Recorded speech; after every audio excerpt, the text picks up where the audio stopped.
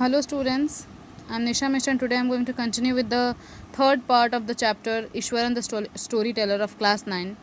Not a day passed with Ishwaran recounting some story. तो वो हमेशा कुछ ना कुछ स्टोरी बताता था. वो महेंद्र के लिए एक टीवी चैनल था. One morning when Mahendra was having breakfast, Ishwaran asked, "Can I make something special for dinner tonight, sir? After all, today is an auspicious day. According to tradition, we prepare various delicious to feed the spirit of our ancestor today, sir." तो एक दिन क्या हुआ, महेंद्र जब सुबह सुबह breakfast करते ईश्वर ने कहा क्या मैं आज कुछ स्पेशल बनाऊं डिनर में. तो बोलते क्यों, आज क्या है. तो आज एक बहुत ही पावन दिन है, ऑस्पिशियस मतलब बहुत ही इंपॉर्टेंट दिन है. तो इसमें ना हम लोग अपने पूर्वजों की आत्मा की शांति के लिए उनके लिए हम कुछ ना कुछ बनाया जाता है. That night Mahendra enjoyed the most delicious dinner, complemented Eswaran on his culinary skill. He seemed very pleased, but unexpectedly launched into some most garnished account involving the supernatural. You know, sir, the entire factory area we are occupying was once a burial ground. He started. Mahendra was jerked out of the pleasant reverie. He had drifted into the water after the satisfying meal. I knew on the first day itself when I saw a human skull lying on the path. Even now I came across a number of skulls and bones. Ishwaran continued. तो शाम को जब महेंद्र वापस आए काम से तो देखा बहुत अच्छा खाना बना, तो बहुत तारीफ़ किया उसका और बोला कि वेरी गुड. और वो उसको बहुत ज़्यादा तारीफ़ किया कि बहुत मतलब तुम्हारे आर्ट्स बहुत अच्छे, तुम बहुत स्किल्ड हो. मतलब पता है सर, आपकी ये जो फैक्ट्री है ये एक शमशान घाट पे बनी हुई है. और मुझे ये बात कैसे पता चली, क्योंकि जब हम पहली बार आए थे तभी मैंने यहाँ पे स्कल देखा था और अब तो आजकल तो मैं अक्सर ही स्कल देखता हूँ. He went to narrate how he sometimes saw ghosts at night. "I am not easily frightened by this thing, sir. I am a brave fellow, but one horrible ghost of a woman which appear off and on at midnight during the full moon. It is an ugly creature with a matted hair and shriveled face like a skeleton holding a foetus in its arm." बोलता है कि मैं आपको एक कहानी बताऊंगा. अभी कुछ दिन पहले ही मैं यहाँ पे एक घोस्ट देखता हूँ जो हर पूर्णिमा को आती है, और वो एक औरत का घोस्ट, एक औरत का भूत चुड़ैल होती है जो कि आधी रात को पूर्णिमा के दिन आती है. इसका बहुत ही अगली फेस है, हेयर है बहुत ज़्यादा मेटेड, मतलब बहुत ही स्ट्रेट हेयर्स हैं, अजीब सा चेहरा है, स्केलेटन, और हाथ में एक फोर्टिस मतलब एक नवजात शिशु, एक छोटा बच्चा ली होती है. Mahendra शिवर्ड at the description and interrupted rather sharply. "You are crazy, Ishwaran. There is no such things as ghosts or spirits. As ghosts and spirits, it is all fragment of our imagination. Get your digestive system examined and maybe your head as well. You are talking nonsense." Mahendra को थोड़ा डर लगा, वो उसको रोकते बोला कि तुम पागल हो क्या ईश्वर, ऐसा कुछ होता ही नहीं है, ये सब हमारे इमेजिनेशन, दिस इज ऑल और इल्यूजन, भ्रम है हमारे. तुम जाओ अपना पेट और अपना दिमाग दोनों साफ करो, तुम कुछ भी बकवास करते रहते हो.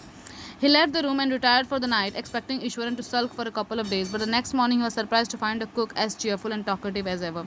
From that day on, Mahendra was all brave talk and went to bed with a certain unease. Every night he peered into the darkness outside through the window next to his bed, trying to make sure that there was no movement of dark shapes in the vicinity, but he could only see a sea of darkness with the twinkling light of the factory miles away. उसको लगा कि शायद बहुत ज़्यादा डांट दिया हूँ, वो अब अगले दिन से रहेगा नहीं मेरा काम, बट ऐसा कुछ नहीं था. Eshwaran was all there, he was very happy.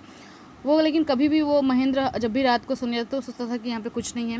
वो हमेशा उस डार्कनेस में अपने कंपनी के ही लाइट्स देखता था रात को, तो उसको लगा कुछ है नहीं. तो he was quite, but there was at the back of the mind there was something. जो वो स्टोरी बोल दिया था स्टार्ट कर, उसके दिमाग में कुछ ना कुछ था ही already. He had always like admired the milk white landscape on full moon night, but after hearing Iswaran's story of the female ghost, he avoided looking out window altogether when the moon was full. तो जब से उसको हमेशा ही एक पूर्णिमा की रात की जो स्टोरी होती है बहुत अच्छा लगती है, लेकिन जब से उसने कहानी सुन ली उसके बाद से वो चाहता था कि इग्नोर करना खिड़की के बाहर पूर्णिमा के दिन देखने के लिए. One night Mahendra was walk up from his sleep by a Joe Mon close to his window. At first he put it down to the cat prowling around for mice, but the sound was too guttural for a cat. He resisted the curiosity to look out, lest he should behold a sight which would stop his heart, but the wailing became louder and less feline. He could not resist the temptation. By out with the white sheet of moonlight outside, there not too far away was a dark cloudy for clutching a bundle. Mahendra broke into a cold sweat and fell back in the pillow, panting as he gradually recovered from the ghastly experience. He began to reason with himself and finally concluded that it must have been some sort of auto-suggestion, some trick that his subconscious had played on him. एक रात उसने देखा कि बहुत ज़ोर से आवाज़ आ रही थी, उसको लगा शायद कोई बिल्ली होगी जो चूहे के खोज में है, लेकिन फिर उसको लगा कि चूहे और बिल्ली का तो बहुत ज़्यादा मतलब बहुत ज़्यादा आवाज़ है एक बिल्ली के हिसाब से, ऐसी कोई बिल्ली नहीं हो सकती. फिर उसको बहुत ज़्यादा डर लगने लगा, वो पसीना पसीना हो गया, पूरा ठंडा पड़ गया उसका शरीर. फिर उसने सोचा कि ज़्यादा सोचने से बेहतर है कि मैं सो जाता हूँ, और सोते वक्त भी उसने यही सोचा कि फाइनली उसने यही कंक्लूड किया कि नहीं, ये कोई ऐसे ही मेरा भ्रम है, मेरे दिमाग की बनाई हुई कहानी है, ऐसा कुछ होता नहीं होगा.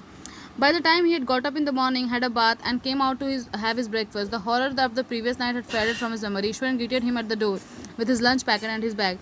Just as Mahendra was stepping out, Ishwaran grinned and said, "Sir, remember the other day when I was telling you about the female ghost with foetus in its arm? So you were so angry with me for imagining things.